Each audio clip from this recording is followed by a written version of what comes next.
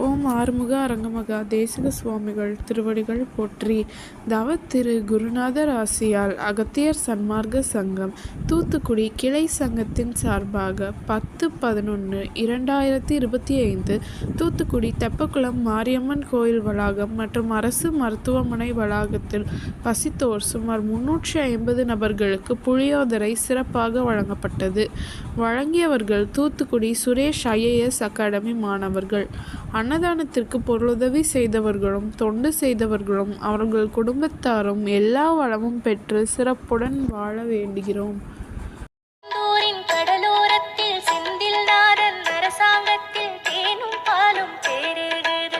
வாருங்கய்யா, ஒரு தேவை என்ன கந்தனிடம் கேளுங்கய்யா. திருச்செந்தூரின் கடலோரத்தில் செந்தில்நாதன் அரசாங்கத்தில் தேனும் பாலும் பெருகுது. வாரு